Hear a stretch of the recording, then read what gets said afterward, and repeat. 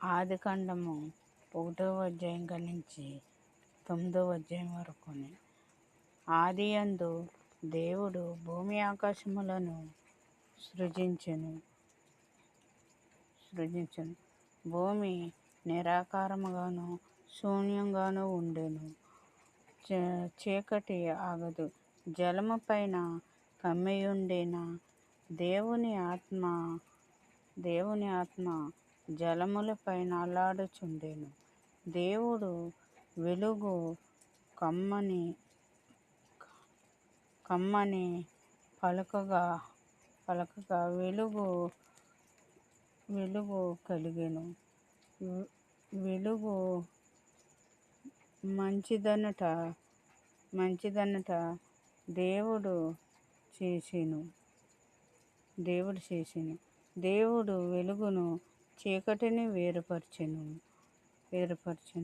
దేవుడు వెలుగునకు పగలనియు చీకటికి రాత్రనియు పేర్లు పెట్టెను. ఆ సమయమున ఉదయమును కలుగగా ఒక దినమాయెన. మరియు దేవుడు జలముల మధ్యనొక విశాలము కలుగగా ఆ జలములను ఈ జలములను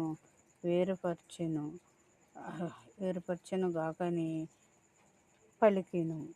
దేవుడు ఆ విశాలము చేసి విశాలము క్రింద జలములను విశాలము మీద జలములను వేరుపరపగా ఆ ప్రకారమాయెన. దేవుడు విశాలమునకు ఆకాశమని పేర్లు పెట్టెను. ఆ సమయమున ఉదయమును కలుగగా రెండవ దినమాయెన. దేవుడు ఆకాశము క్రిందనున్న జలములొకచోటనే కూర్చబడి ఆరిన నేల కనబడును గాకని పలుకగా ఆ ప్రకారమాయెన. దేవుడు ఆరిన నేలకు భూమి అని పేర్లు పెట్టెను. జలరాశికి ఆయన సముద్రములని పేరు పెట్టెను.